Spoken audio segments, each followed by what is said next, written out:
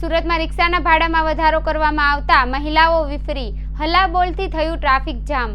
સુરતના અલગ અલગ વિસ્તારોમાં ટ્રાફિક સિગ્નલના કારણે રિક્ષાઓના ભાડામાં વધારો કરવામાં આવ્યો છે। ત્યારે આ ભાડાના વધારાને લઈને પાંડેસરા વિસ્તારમાં મહિલાઓએ રણચંડીનું સ્વરૂપ ધારણ કર્યું હોય તે રીતે ચક્કાજામ કરી દીધો હતો। રસ્તામાં ટ્રાફિક જામ થઈ જતા પોલીસ કાફલો પણ ઘટના સ્થળે દોડી આવ્યો હતો। મહિલાઓએ માંગ કરી છે કે જે તે રિક્ષાનું ભાડું વધારવામાં આવ્યું છે તે જોતા અમારો પગાર પણ વધવો જોઈએ, સાથે ટ્રાફિક સિગ્નલ પણ જે રીતે સમય વધારે છે તેને પણ ઘટાડવો જોઈએ, જેથી રિક્ષા ચાલકો પણ પોતાનું ભાડું ઘટાડી શકે। બધા લોકોનો સમય વધારે વેસ્ટ થઈ રહ્યો છે તેમાં પણ ઘટાડો થાય।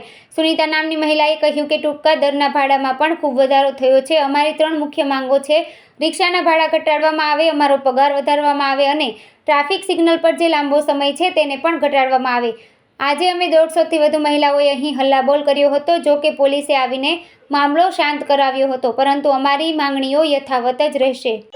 सुनीता सेंगन, क्या समस्या है? हमारी यही समस्या है कि सिग्नल थोड़ा कम करे और रिक्शा वाले की भाड़ा जो बढ़ गया है तो हमारी सेठा ने भी भाड़ा बढ़ाना चाहिए, पगार बढ़ानी चाहिए, क्योंकि हमको भी पोसाए और रिक्शा वाले को भी पोसाए।